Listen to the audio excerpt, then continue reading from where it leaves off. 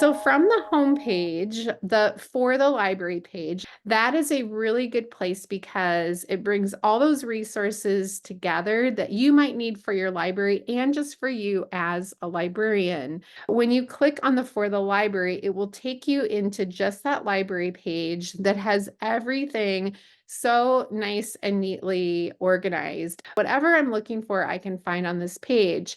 It's nice too because I can find different articles, catalogs, things that we might see on that front page, but then the additional resources also will put in there like webinars maybe that are available through Follett or author interviews. Maybe there's different blogs that Follett has published. And so I can find all these things in one spot that are really helpful for me just as a librarian too.